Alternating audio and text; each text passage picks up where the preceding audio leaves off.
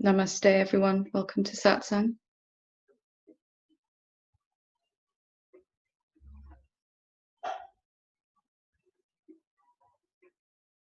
And welcome to those rejoining us and those that are joining for the first time especially. Good to have you with us.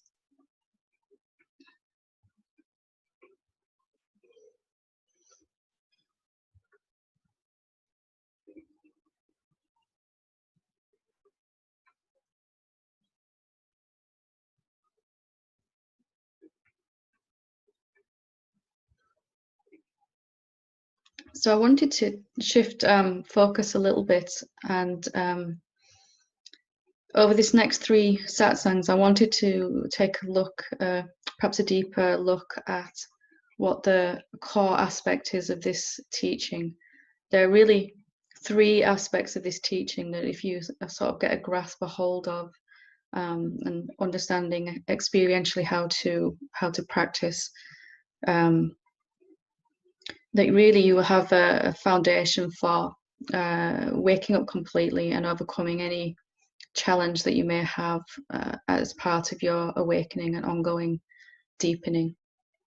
And those 3 aspects really are, well, there are descriptions of each one, and I will look at each one in turn.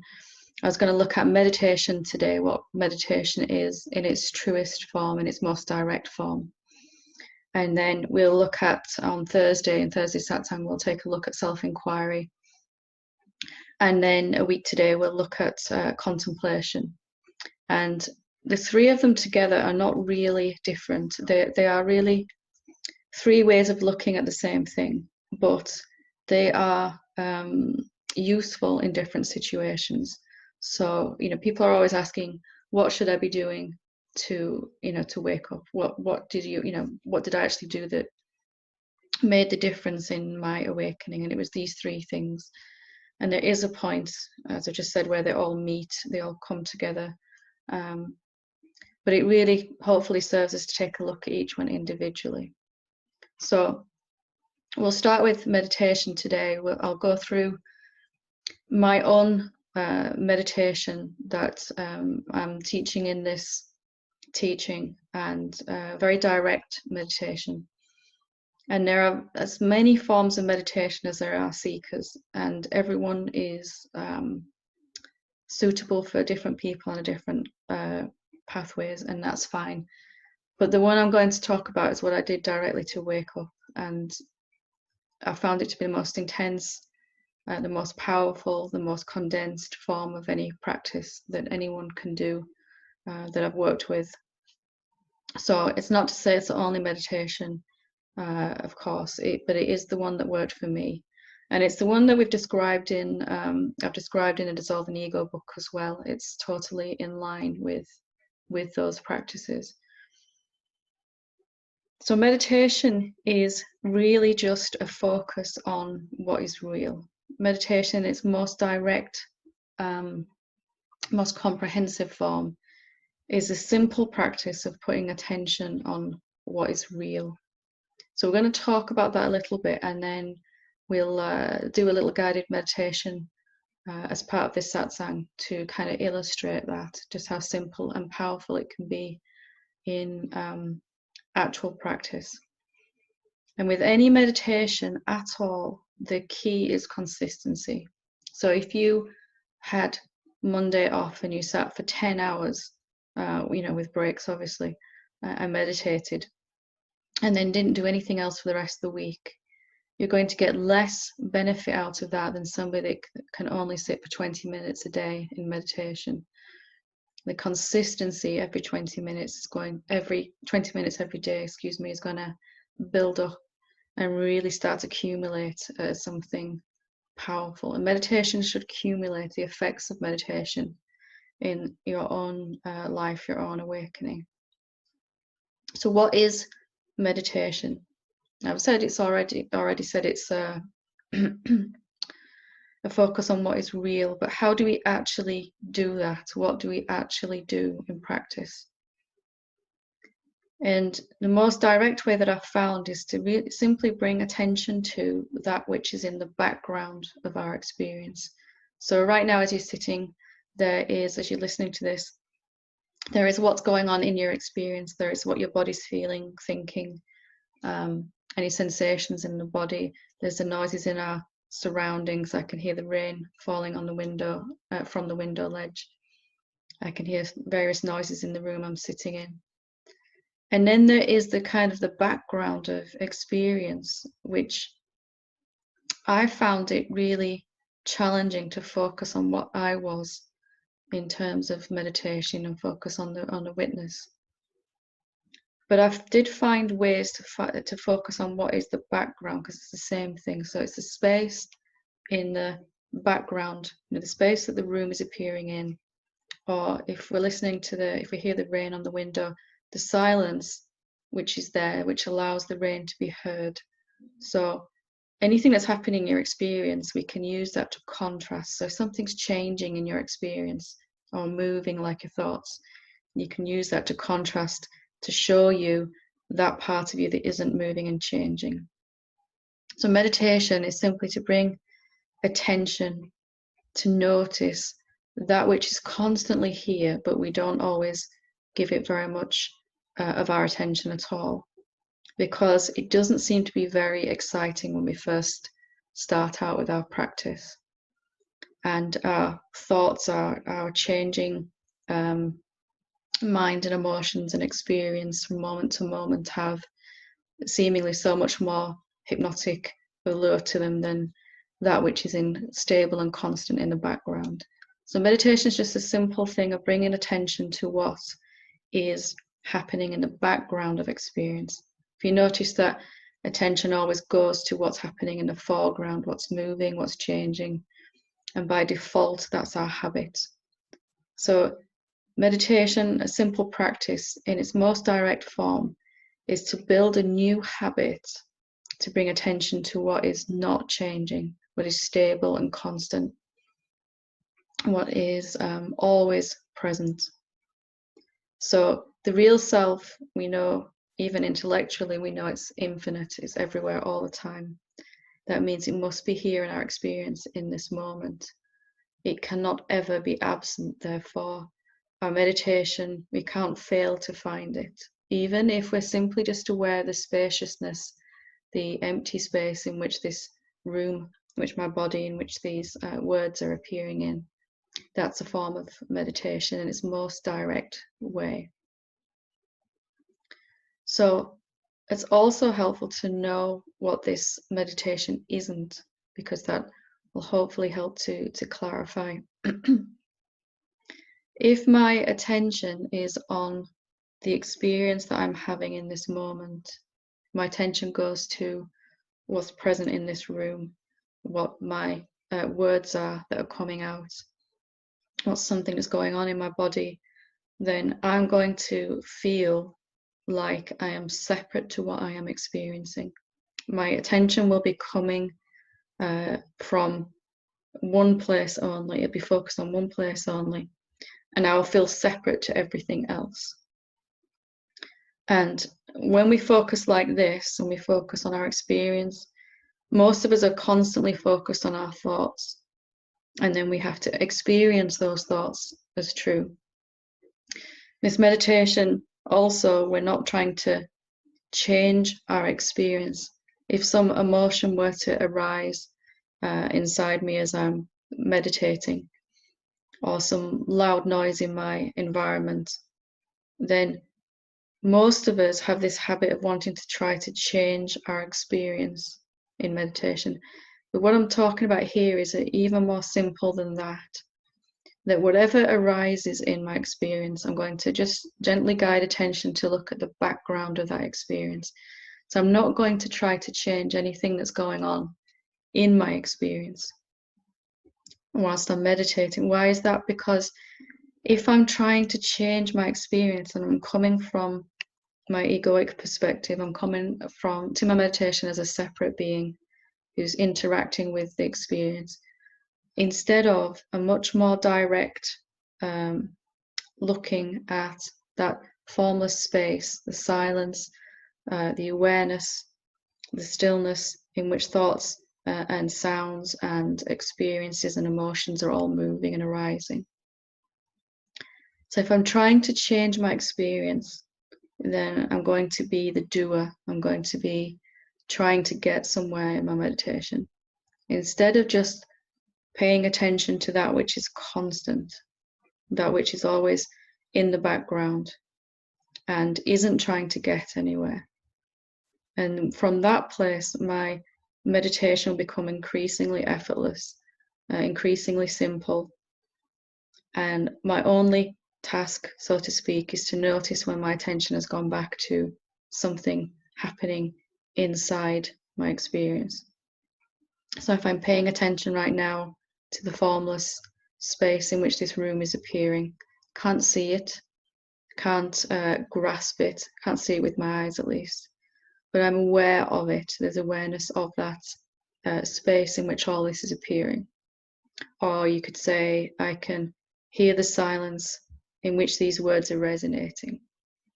I can recognize a sense of stillness in which thoughts are moving and phenomena are changing. So it's a very simple practice. I can either have my attention on anything that's moving and changing, like my cat, or I can have my attention on the space in which all of that is appearing. And we cannot do both at the same time. I am either focusing on phenomena, objects, things that are changing in this moment, or I'm focused on the formless space in which all this is arising.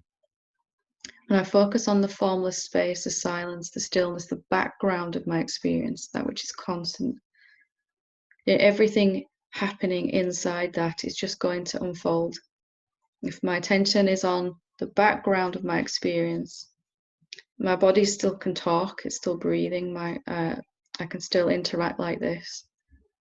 It's not necessary to have attention on your someoneness for that someoneness to work. It's just a sense of being someone. All this can just unfold effortlessly and spontaneously while your attention is on what is constant in your experience. So perhaps meditation can be a lot more simple than we've come to understand. Perhaps it can be a lot more easier than we've thought. Maybe it doesn't have a goal at all.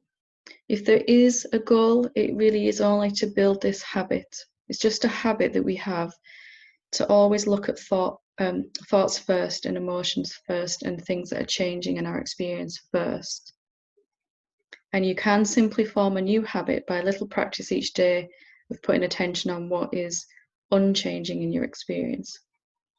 So the space in which your experience is happening, the space in which your body is appearing, the silence in which all sounds are heard. These are all ways of describing the same thing. That which is just present and being about you, that which isn't changing, the being part of your human being, the knowingness that is constant in every moment. Everything that you know, the sounds that you're hearing, your thoughts, your experience, how your body feels, how hot or cold it is in the room you're in, you automatically know there's a knowingness about you. And that's constant and unchanging, that knowingness. What it knows is always changing, but the knowingness itself is unchanging. So what if meditation became this beautifully simple thing of simply placing attention on that which is stable and that which is not an object?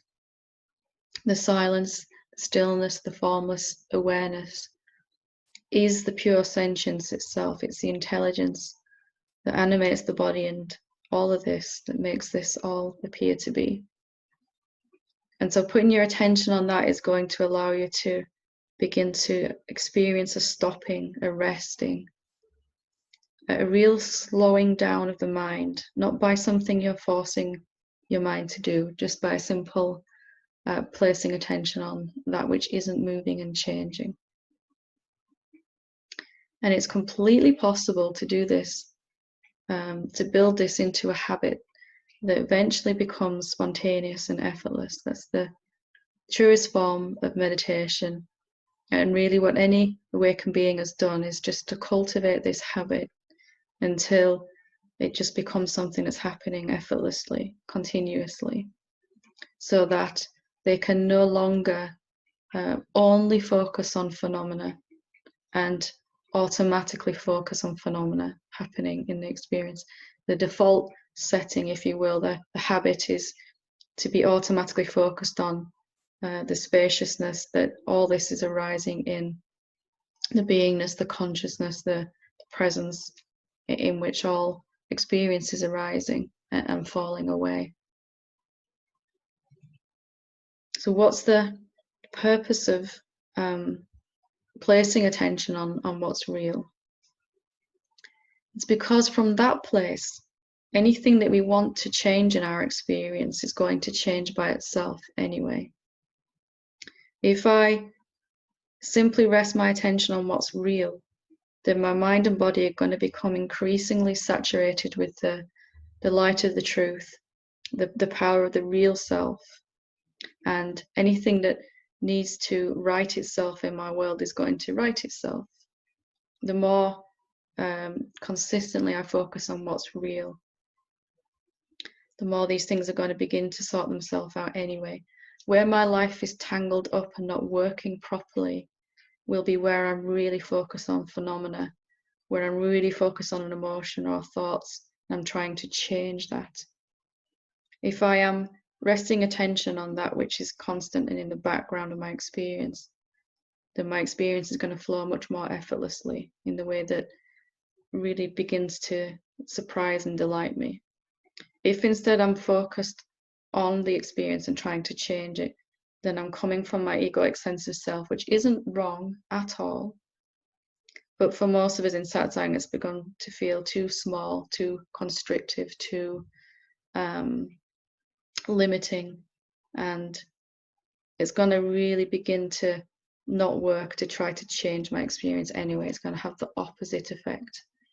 The more I realize what I am is unlimited and formless and everywhere, the more I'm coming from a perspective of my egoic self trying to change my experience, the less it's going to be in line with what I've realized myself to be. So can you simply rest attention on that which is real and allow your experience to right itself? Yes, you absolutely can. And that's the fundamental habit that we're building in the meditation that I'm talking about here. I rest my attention on that which is real, the formless awareness in which this room, my body, these words are appearing. And I simply notice when attention's gone back to something moving and changing inside that awareness. So a thought, attention drifts to thought, or a sound, or some distraction. When I notice that, I can simply come back to looking at the awareness itself. And there isn't any end point to this meditation. There is just at some point where it becomes automatic and effortless. Can you imagine right now how it feels, what it would be like to live from that, when that habit has become automatic, when you can no longer pay attention to thoughts only, when your default setting is to be looking at the awareness in which thoughts are arising, and then it's a choice if you want to pay attention to thoughts. How different is that to our daily experience where for most of us, and as it was for me at first, there wasn't any choice but to pay attention to thoughts. But as soon as mind spoke, attention went straight to it. There wasn't any choice. Now, for me, there isn't really any choice to, it's not possible to pay attention. I have to make a lot of effort to really pay attention to one thought. It takes a lot of energy to do that right now. And it really is going against the habit that's built, which is just to be constantly and effortlessly aware of the silent space in which all of this is happening. That silent space is pure sentience, pure intelligence. What you really are is the silent, invisible background to all this.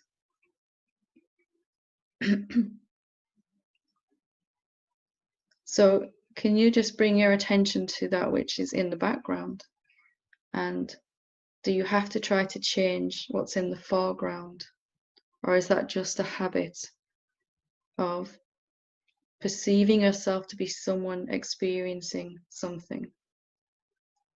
And do you still feel that need to change your experience if your attention is on the formless background, that which is constantly stable and underpinning all experience?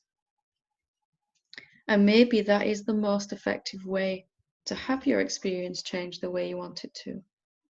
Maybe that is the most effective way to have your world look the way you want it to, because no longer will you be doing something to try to solve it. No longer will you be coming from a limited perspective.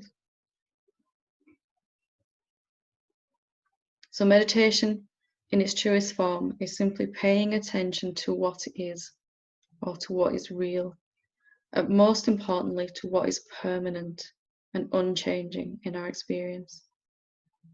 Very simple thing, just to pay attention to that whichever way in you can find, whether it's through silence, stillness, presence, consciousness, awareness, the knowingness, being, just any way in particular, the contextual field, all of them are just names for the same thing, for the self. So when you hear these phrases in the scriptures, meditate on the self, this is what it means. This is what it means to pay attention to that which is constantly here and yet constantly overlooked by our egoic sense of self. Just this one thing, if you build this habit, it will revolutionize your entire experience of life. Your experience will become more effortless. Things will start to come that you need. Emotions will start to be dissipating, and everything that seemingly needs to be fixed will begin to fix itself. Any problem that's arising, you'll watch that arise and there'll be a solution to that problem arise as your attention's resting on that which is stable and real. And the major benefit, of course, is that when the body disappears out of the formless space, when the body's gone and there's no more thoughts or phenomena to watch, it won't seem to matter. You won't even probably notice, because attention is just on this formless space that you are. And even while the body is still here, you can enjoy it. You can move around in the world. You can have that experience too. It's not one or the other. You're not being asked to give up your egoic perspective. Your sense of doing and being someone will still be there and available. It just won't be your default setting anymore. It won't be your automatic choice. The automatic choice will be perceiving that space, that formlessness in which the egoic sense of someoneness is arising and playing. And when it's not your default setting, your egoic sense of self, it will not be a problem at all for you.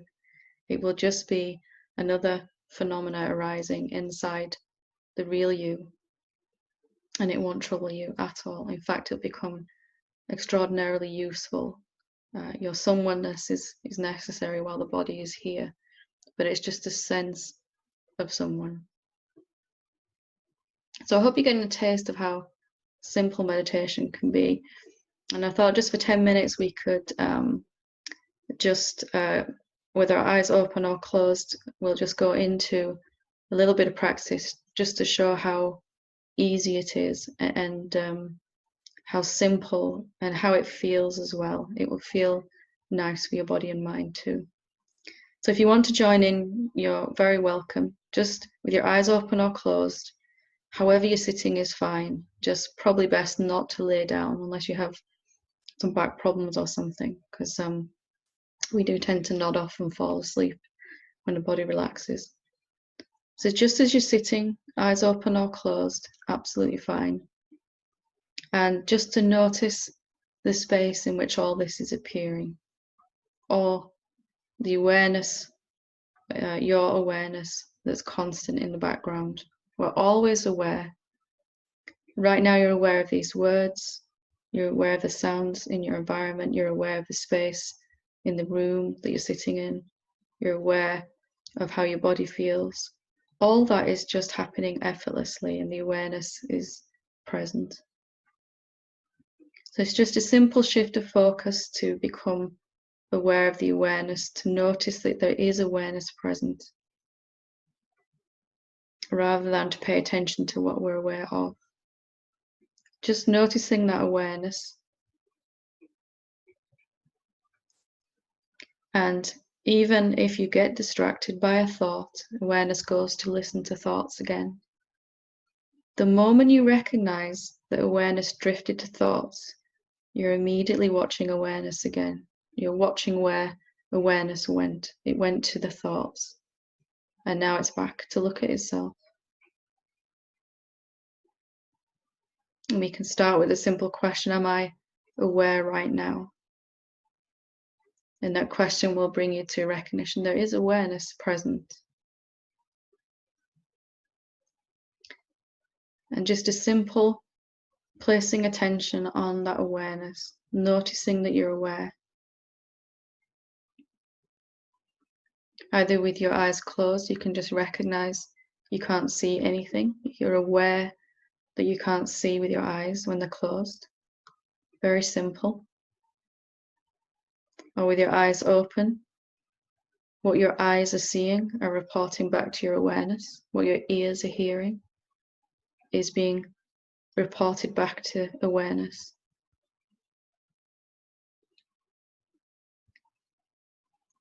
And from time to time, awareness will drift to a phenomena, to listen to thoughts. It will watch thoughts, or it will listen to some sound, or it will pay attention to a phenomena arising, a sensation in your body.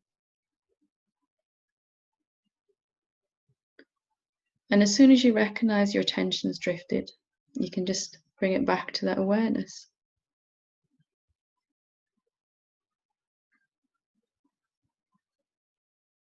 Any phenomena that arises can be used in your meditation. I can hear my clock ticking, and I can only hear my clock ticking because there's awareness to hear it. I can hear the rain on the window, and that's coming into my awareness, reporting into my awareness.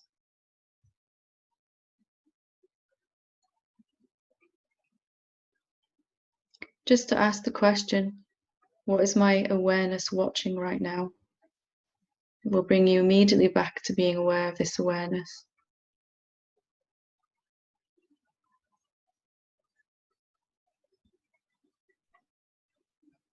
So, meditation, nothing is going wrong when your attention drifts. It can even become part of your meditation.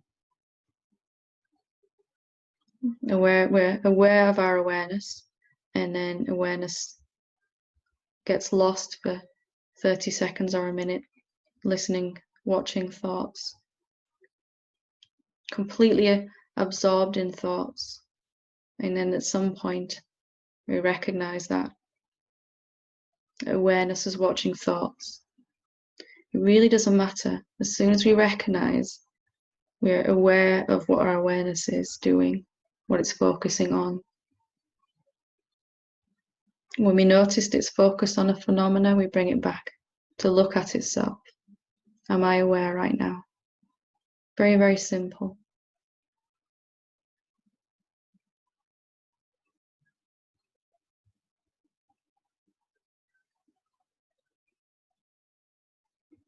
We're not trying to change anything in meditation.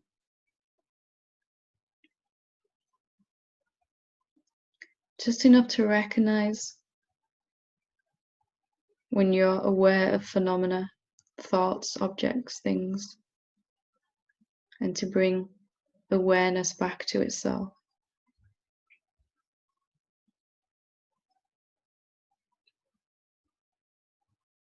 We're not trying to figure anything out.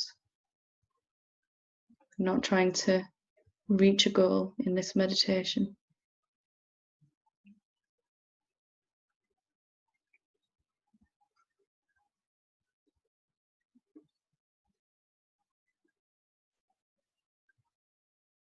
Right now, you're aware.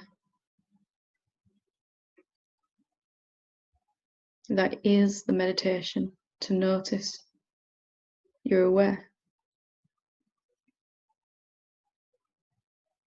We're just meditating on the awareness which is always present. Sometimes it's watching itself, and sometimes it watches phenomena.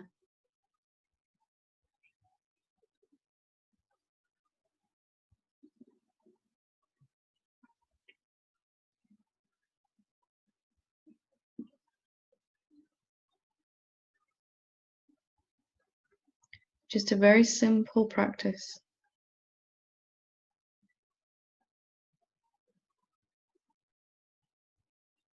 Naturally, as awareness watches itself, it will just feel like my awareness. Won't feel special or anything at first. Just I'm aware, my ordinary, everyday awareness. And that's enough just to recognize there's always awareness. Sometimes it's watching thoughts. Sometimes it's watching the body sleep. Sometimes it's watching the waking state, everything that's going on in it.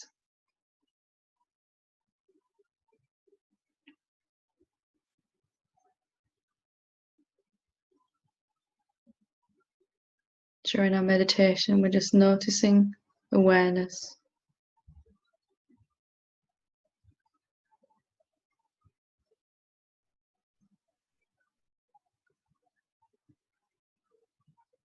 And it's natural that awareness will drift to look at thoughts, to look at feelings, to look at deep states that arise, peace or something, or an emotion that arises.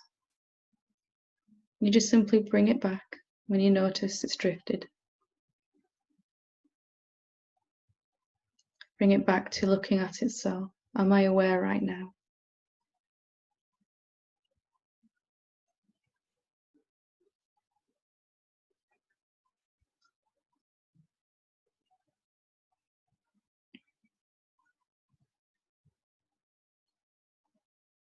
So we're not trying to change anything. And there is no end point for this meditation. No goal, no finish line.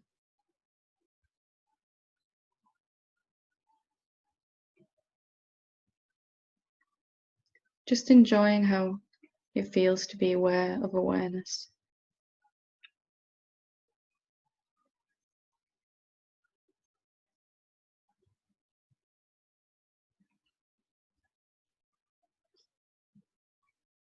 And nothing is going wrong when attention drifts to thoughts or to sound. It's natural at first that awareness will drift to look at phenomena. The awareness itself is not a phenomenon. It's not moving or changing.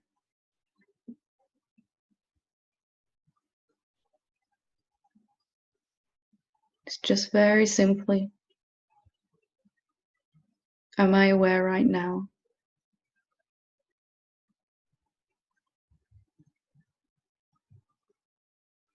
And then to notice when you can, when attention wanders to a thought or an emotion or a sound. And just very simply bringing it back to look at the awareness itself, to notice the awareness. Just a simple noticing that you're aware. That is the simplest and purest and highest form of meditation.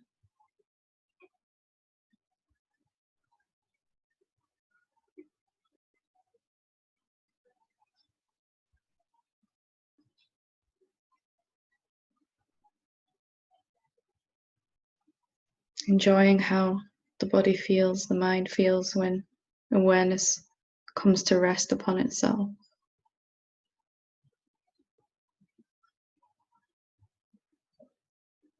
There's a natural slowing down of the body and the mind.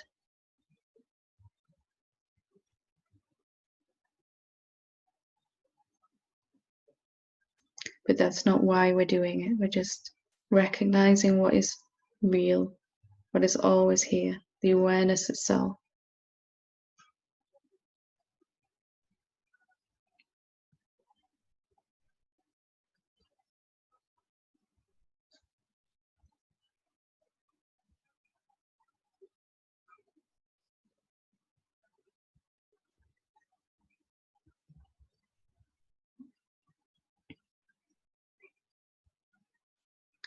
So our meditation becomes a very simple thing,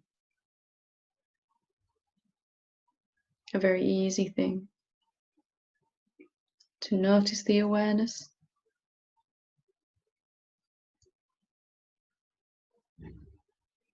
and then to notice when awareness wanders and to bring it back.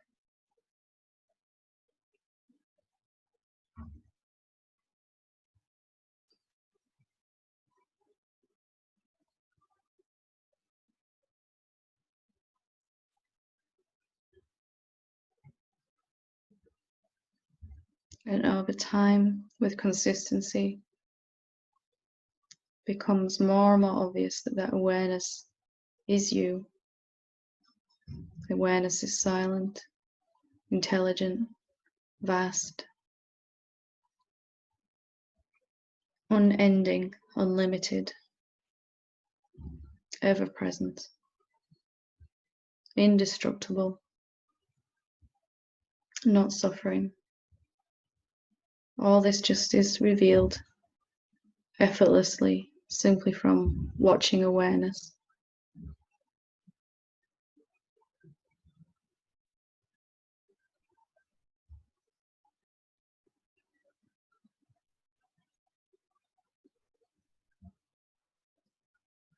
If some emotion arises or some thoughts arise, and attention is drawn to them for a long time, it doesn't matter. Just as soon as you do recognize that you're watching thoughts again, that you're listening to emotions, just to bring it back. Just as soon as you do recognize, no big deal, nothing going wrong.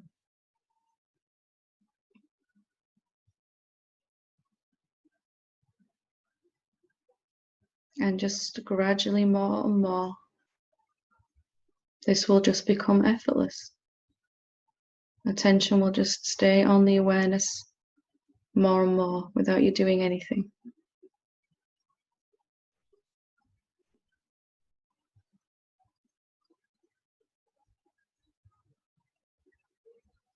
And at some point you'll forget how to focus on phenomena only.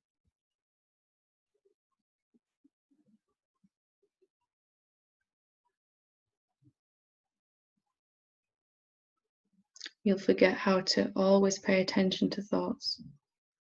You'll somehow lose that ability.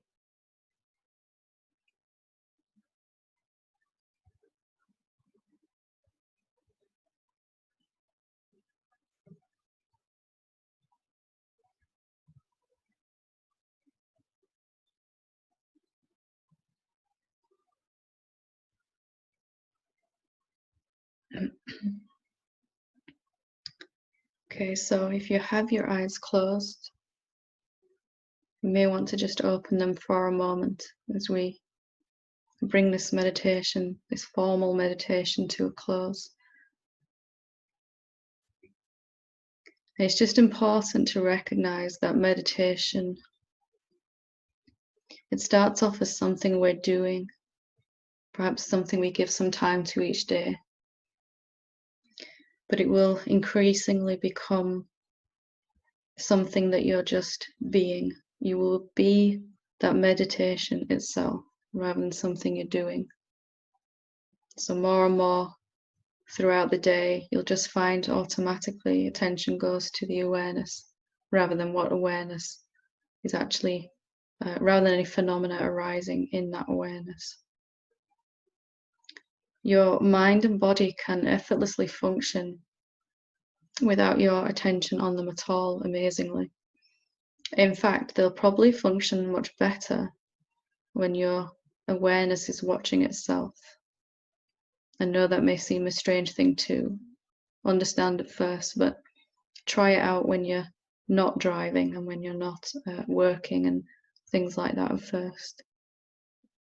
So meditation is something we start off by doing, but it becomes just a being, a constant, effortless beingness. And somehow you'll simply forget how to pay attention to only to what's arising inside awareness. So I hope you had a taste of how simple and direct and powerful meditation can be. And it's called meditation here, but it's really just being yourself, noticing the awareness, the silence, the stillness. During that meditation, I was calling it awareness, but we can call it anything: stillness, silence, presence, beingness, consciousness, the knowingness, the sense of now, sense of here. All of those are constantly present, and they're all the same thing. Your only job really is to find which one resonates with you, and then pay attention to it more than you pay attention to the phenomena, that which is moving and changing. Everything else in your awakening will happen for you, by you, just effortlessly begin to resolve itself. So if you'd like to ask a question or to share your experience during that meditation, I'd love to hear from you. If you want to ask a question, you can click on participants at the bottom of the screen, and the bottom of that participants section there is option to raise your hand to ask a question about anything really to do with awakening. While we're waiting for those questions, I will talk on Thursday about self-inquiry, which is kind of the same as meditation, but it does tend to be even more direct sometimes, and a very, very powerful way to recognize what you really are. So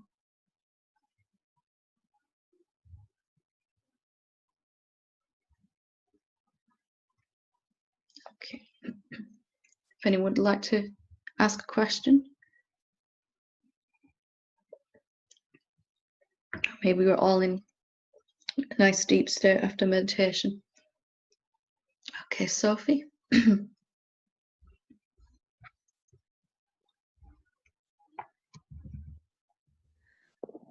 Whenever you're ready, Sophie. Yeah, good morning. Hiya. Good morning, sorry.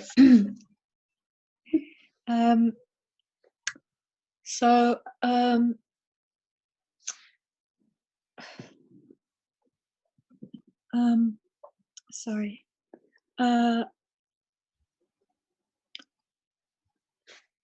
So the last couple of days, something very difficult has arisen in my life experience around my, particular issue in my family that's been going on, and the outcome for me for this life was very disappointing. There was this kind of having to sort of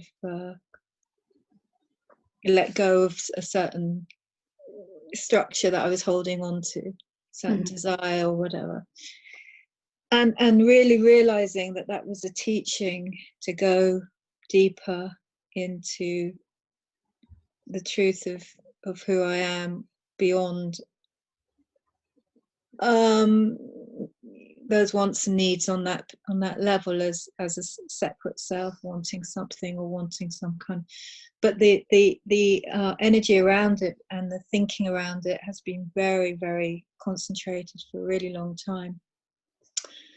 But this morning I woke up really early because there's been a lot of suffering around it, and I went into meditation. But so bringing it to what you're bringing today, there was this, like, I can't describe it anything more than like a very strong vibration of staying with an aligned feeling of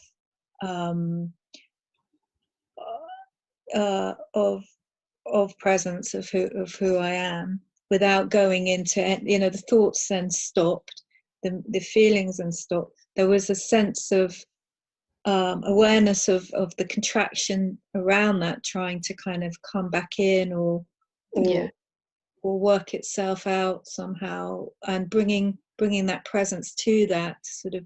But it took somehow not an effort, but an increased focus of attention. Like suddenly I went, oh, I'm just going to really just focus all my attention on that.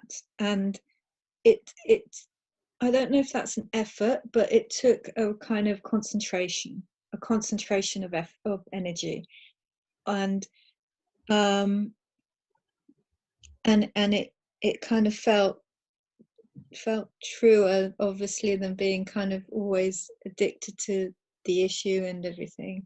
And so your explanation just now was again the same, but a bit more sort of spacious than that too, because it was aware of the kind of the background. So whereas this one felt very just sort of focused in the body as a kind of aligned feeling. I can't describe it any better really, but I just I don't think that's any different to what you were just indicating, or is it? I'm not sure. Do you know what I mean? Only you know for absolutely certain, but it's really there's no middle ground really. Either our attention is on that which is not changing in our experience, or it's on that which is changing in our experience. And we all have those places, our karmic patterns where for so long attention's just been automatically drawn to these thoughts, these emotions around something or some being in our experience.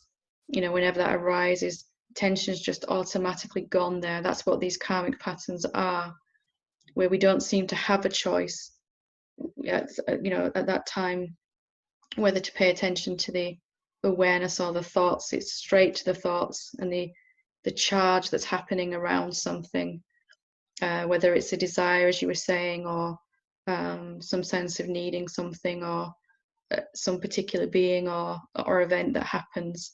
Attention just gets drawn there automatically, doesn't it? And in those situations, it will seem like an effort to keep attention resting on that which is real, and it may even seem impossible at first, which is why we're going to look at contemplation as a way to work with those particular situations.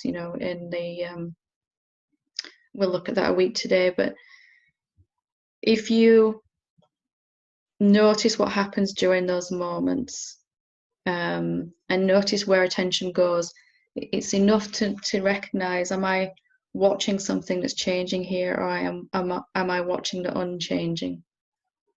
So there might be a real sort of charge going on in the body, lots of things happening, real build-up of emotional experience and all of that, but attention can still be on that space in which it's happening, that formlessness, that awareness that's watching this.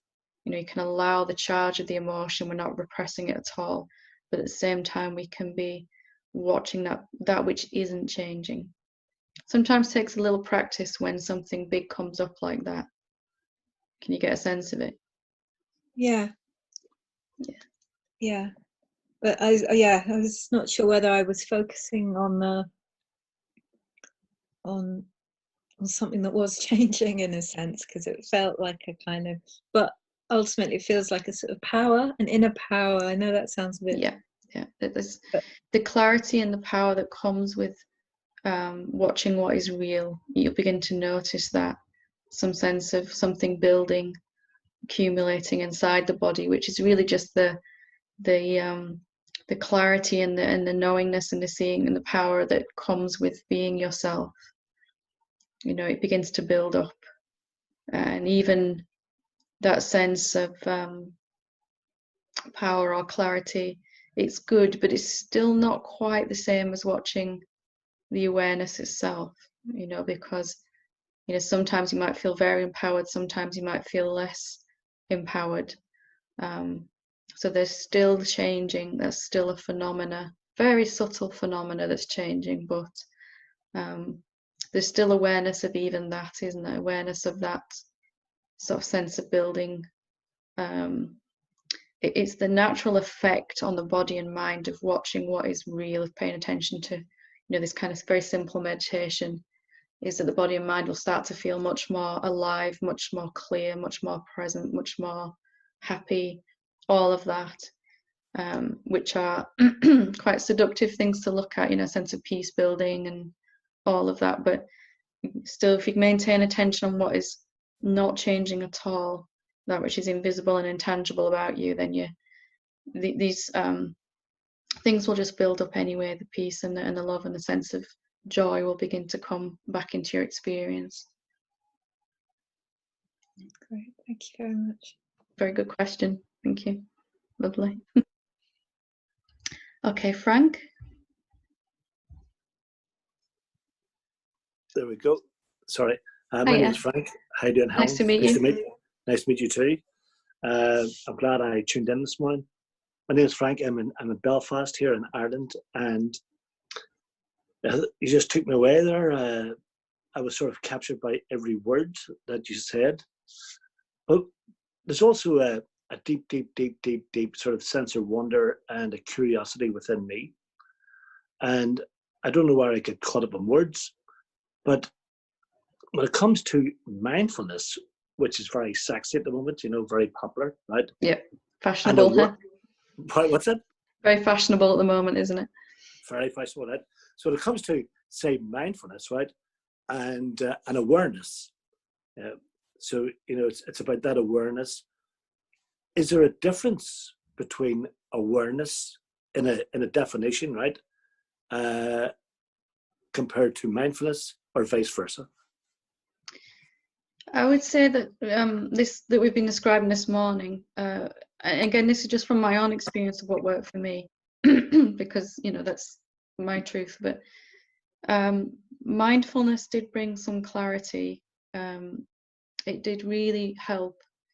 However, the only thing I ever found that really did take me beyond all suffering was this very direct practice, because even if I'm being aware, mindfully aware, my attention is still on what I'm experiencing, rather than that which is watching the experience.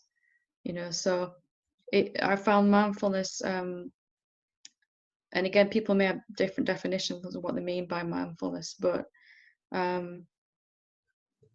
for a while I was practicing, before I got into this very direct way, if I was cooking a meal, I was just totally present, watching my hands chop the vegetables and that type of thing, and that did really, really help.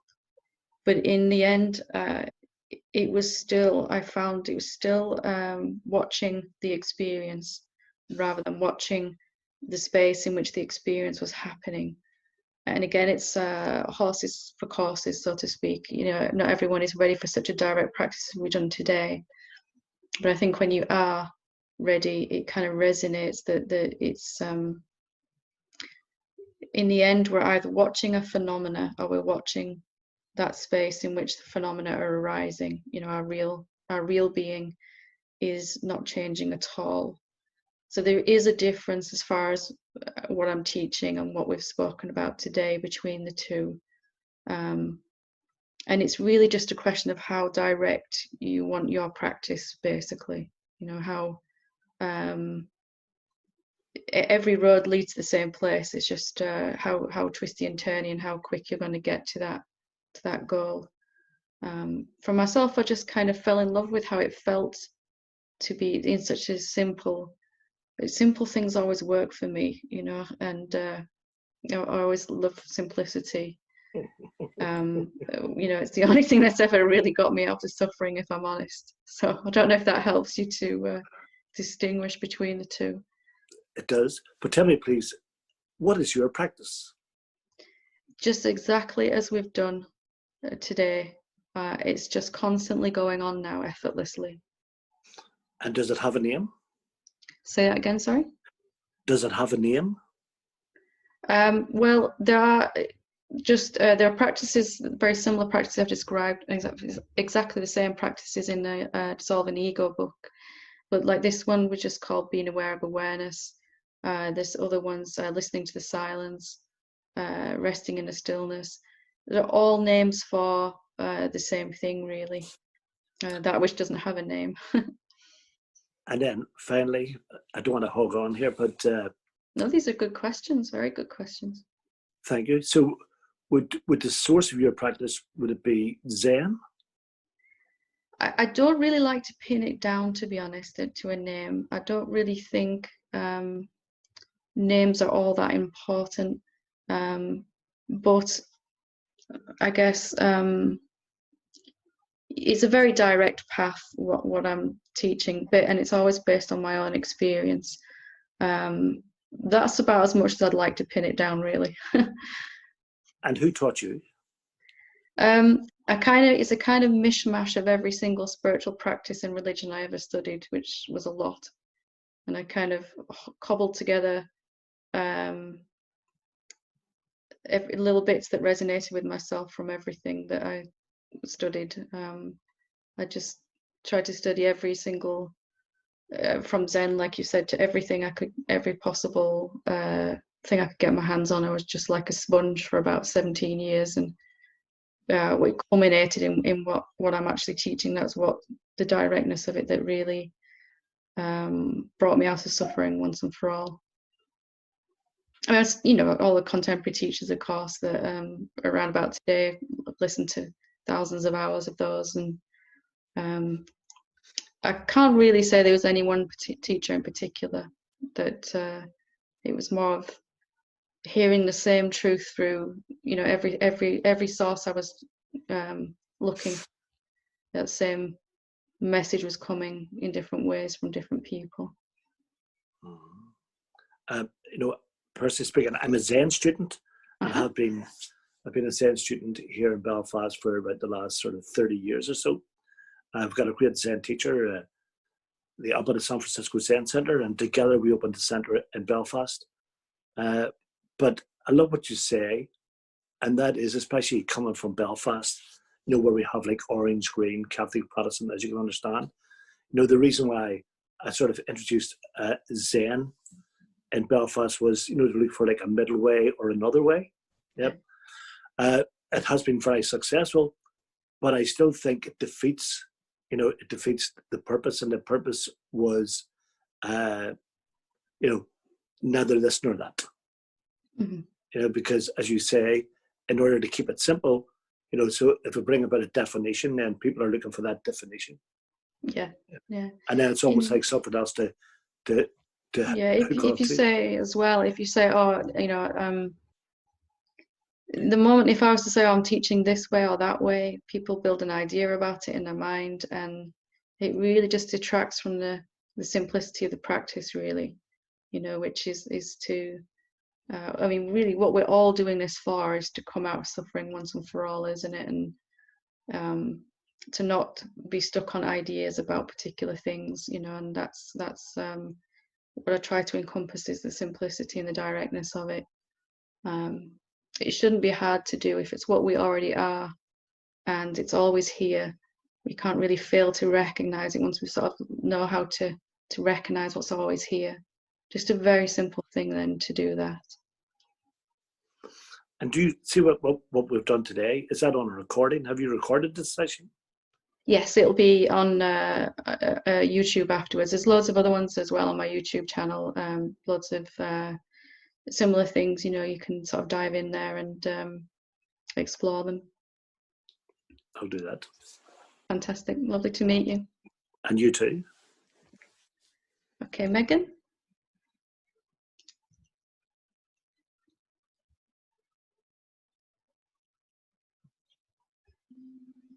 Hi, Helen. Hiya, how are you doing? Yeah, good. Thank you. I just wanted to say I really enjoyed that experience, the meditation, and coming out of it, I felt more me, like really me, and allowing my attention to go to that full aspect, the infinite presence or the awareness. I really love that nature and that ability to go there. So thank you. I just am sitting in a curiosity about two distinctions.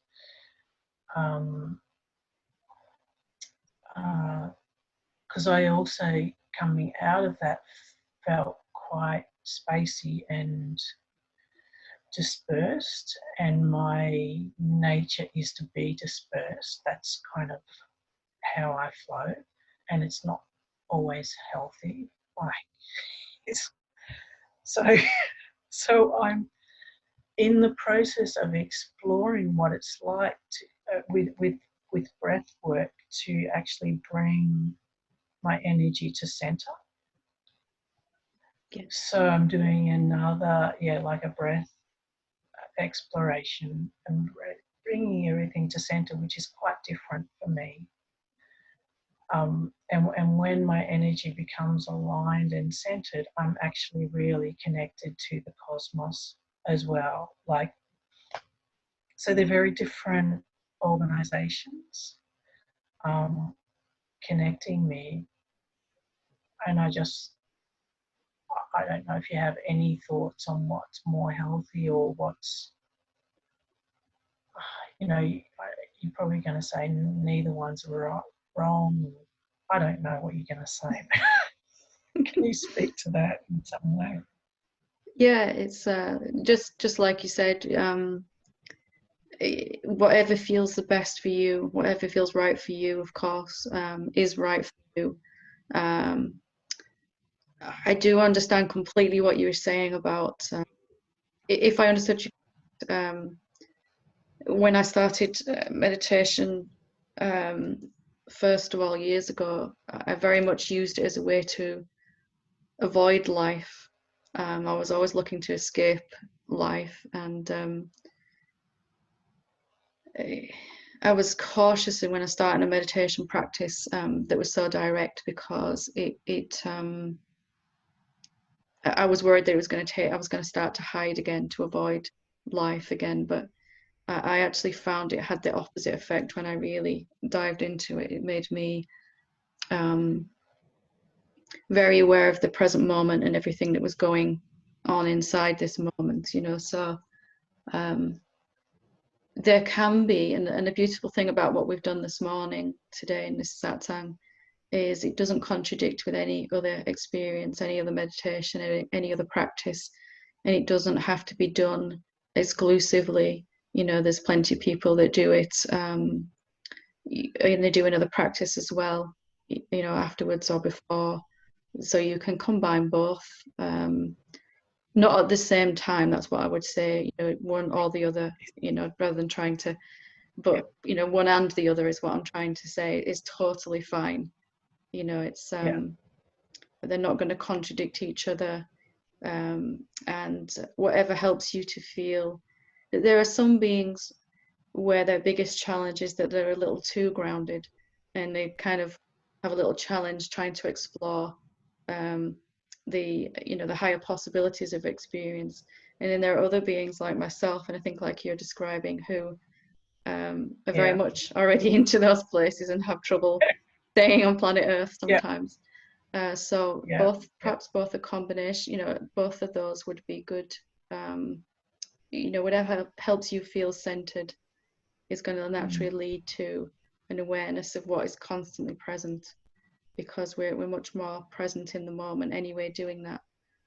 So you might find that you benefit from doing both, or you might feel like one day you want to do this one, next day you want to do the other one, third day you don't feel like doing any of it. Does that help? Yeah, that's beautiful. Thank you. Good question. Thanks. Okay, Dave. Hey, how you doing? Hello, how are you doing? I'm all right.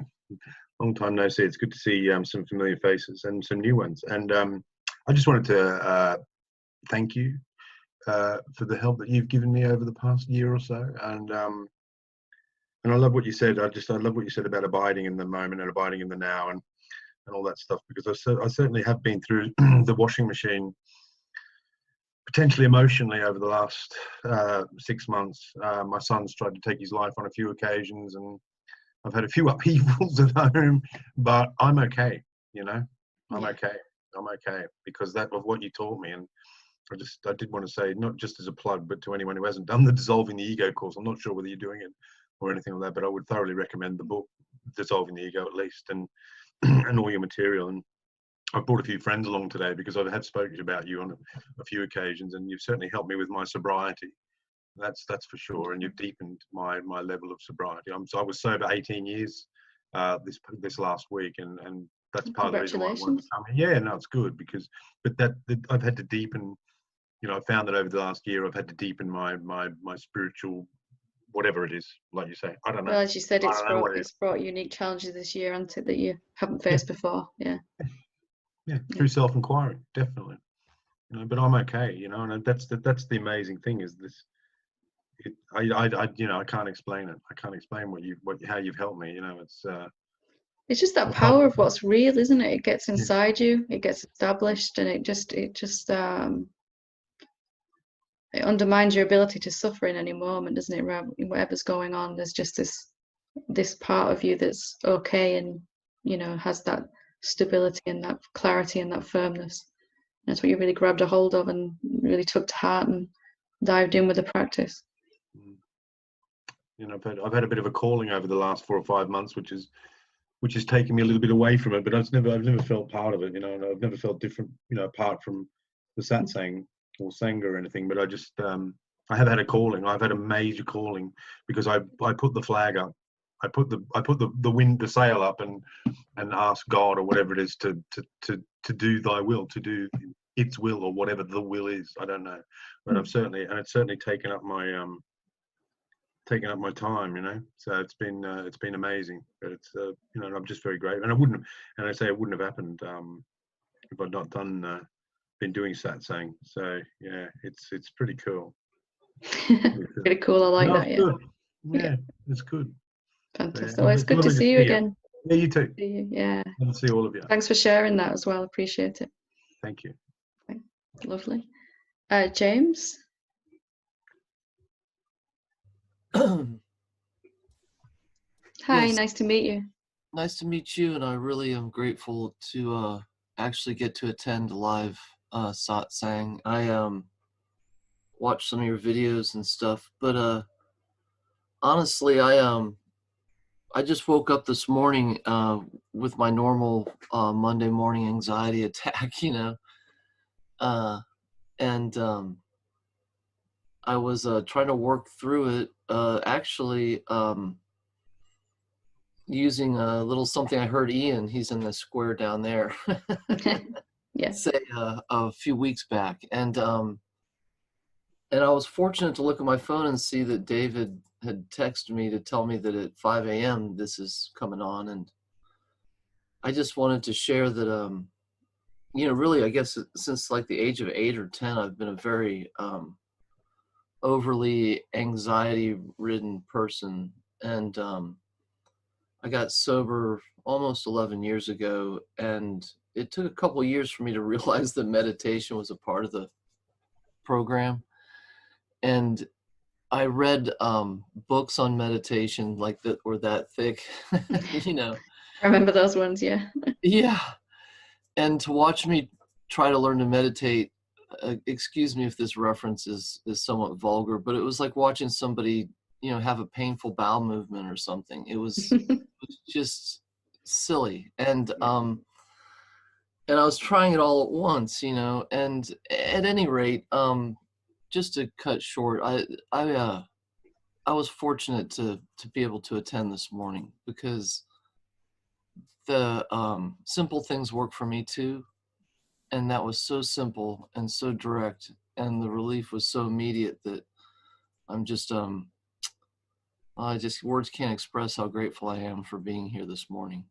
I'm really glad you got a lot out of it. And to me, it has to be simple, because that's all we can remember in the heat of those moments where there's a lot of emotion, a lot of stuff going on like that. It's simple works best, doesn't it? And it's simple, but it's direct, and as you said, the effect is immediate, but it also accumulates in the system. That less and less will you be able to, that fear, that anxiety will be there for a while, but less and less can you suffer from it, you know, and then eventually you won't be suffering at all from it, and then it will just begin to dissipate. It's just like kind of this habit of, this thing builds in the body, doesn't it? And then attention goes there, and then once attention's gone there, what do you do with it then? That's the, you know, so that's the directness of the meditation is what you can actually do in those moments. You know, that I found that extraordinarily helpful. I struggled with a lot of fear most of my life. It was just always there in the background, this underlying dread or something, that something was about to go wrong, or that kind of feeling. Even when there wasn't anything, I'd find something. But anyway, so your next satsang would be the same time as this? No, it's on Thursday evening, which 7 p.m. here, which is 2 p.m. Eastern time. Got it. I'm not sure exactly where you are, but it's obviously central or somewhere. So, yeah. Yeah. All the details are on helenhamilton.org, times of satsangs, I think, or Facebook if you're on Facebook. So. Well, I'm just really grateful. I had another question, but I can't really remember what it was, but it doesn't really matter. Thank you very much. I appreciate it. Glad you got a lot of it. It's lovely to meet you. Thank you. Lovely to meet you as well. Okay. We will leave it there for today. Thanks for everyone for joining in. Namaste. Thank you.